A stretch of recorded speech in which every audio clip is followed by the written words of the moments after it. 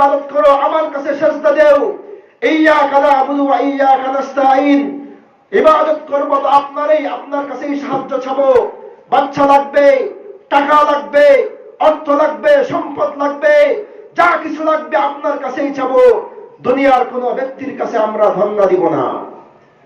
মুহতারাম হাজিরিন, আমাদের মধ্যে কিছু মানুষ ওরা মনে করে নামাজ পড়ি মুসলমান, ওরা মনে করে রোজা রাখি মুসলমান, সপ্তাহে একদিন শুক্রবারে জুমার নামাজ পড়ি মুসলমান, 5 ওয়াক্ত নামাজও পড়ি মুসলমান। এগুলিকে মুসলমান বলা হয় না। মুসলমান বলা হয় কাকে? যে ব্যক্তি রবের একত্ববাদকে স্বীকার করলো। একত্ববাদ, আপনারা জানেন আল্লাহ পাক রব্বুল আলামিন এই মানব জাতিদেরকে, আমাদেরকে এবং জিন জাতিদেরকে সৃষ্টি করেছেন উদ্দেশ্য কি? তার ইবাদত করবার জন্য। ওয়ামা খালাকতুল জিন্না ওয়াল ইনসা ইল্লা লিয়াবুদুন।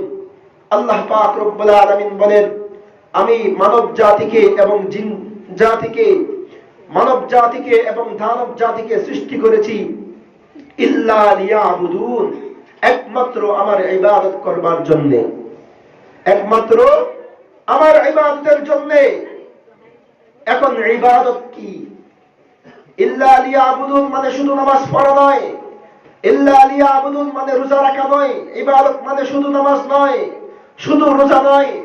মুফাসসিরিন কেরাম বলেন, তাফসীরের কিতাবগুলো উল্টিয়ে দেখেন, ইল্লা লিয়াবুদুন মানে লিওয়াহিদুন, অর্থাৎ তাওহীদের কথা বলা হয়েছে।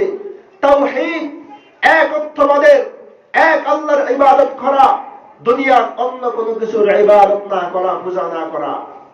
কারণ কাল কিয়ামতের দিনে আল্লাহ পাক রব্বুল আলামিন মারা যাবার পরে মানুষ যেই 3টা প্রশ্ন করা হবে, প্রথম প্রশ্ন হলো গিয়ে আমার রব্বুকা, তোমার রবকে। মার রব্বুকা, তোমার রবকে।